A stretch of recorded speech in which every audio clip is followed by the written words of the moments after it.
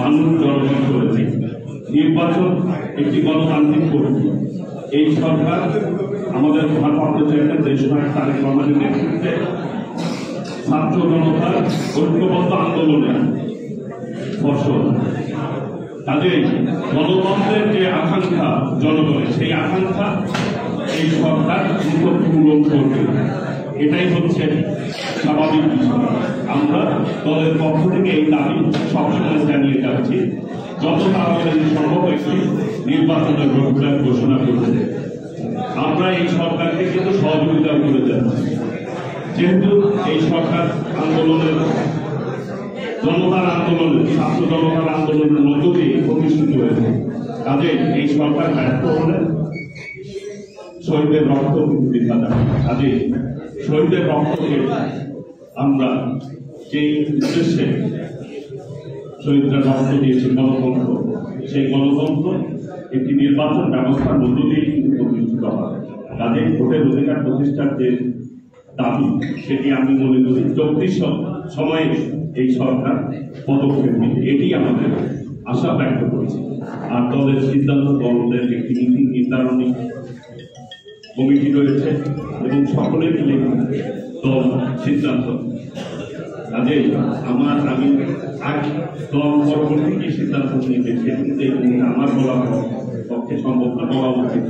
কাজে আমাদের দাবি, সেই দাবি অনুযায়ী আগামী দিনে ইনশাআল্লাহ আশা করি দ্রুত সম্ভব একটি নির্বাচনী রোডম্যাপ থেকে জনগণের যে আকাঙ্ক্ষা, যে একটি গণতান্ত্রিক নির্বাচন, সুষ্ঠু নির্বাচন মধ্য দিয়ে এই দেশের জনগণ ভোট প্রয়োগ করতে, নাগরিক চিন্তা প্রয়োগ করতে, এটি আমাদের সকলের প্রত্যাশা জনগণের।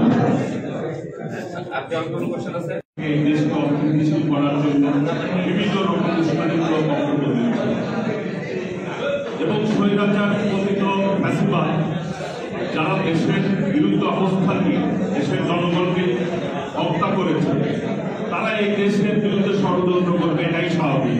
ইনশাআল্লাহ আমাদের নেতা ভারপ্রাপ্ত চেয়ারম্যান দেশনায়ক তারেক রহমানের নেতৃত্বে ফ্যাসিবাদ বিরোধী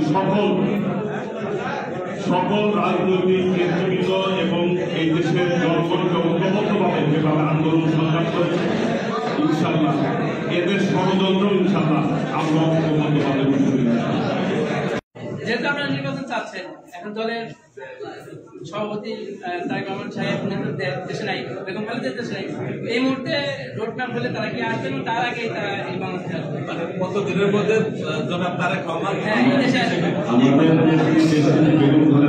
অসুস্থ অবস্থায় চিকিৎসাধীন রয়েছে, চিকিৎসা শেষে দ্রুত ফিরবেন। ঈদ উদযাপন হয়েছিল গত 2 দিন আগে। আমাদের ঈদের শুভেচ্ছা বিনিময় অনুষ্ঠানে দেশ থেকে বেগম খালেদা জিয়া কিন্তু বক্তব্য দিয়েছেন যে আমি দ্রুত দেশে ফিরছি এবং দলের সাথে কাজ করছি। অনেকে হয়তো সোশ্যাল মিডিয়ায় বা টেলিভিশনে বক্তব্য দিয়েছেন, আশা করি দ্রুততম সময়ের মধ্যেই ফিরবে আমাদের। ধন্যবাদ।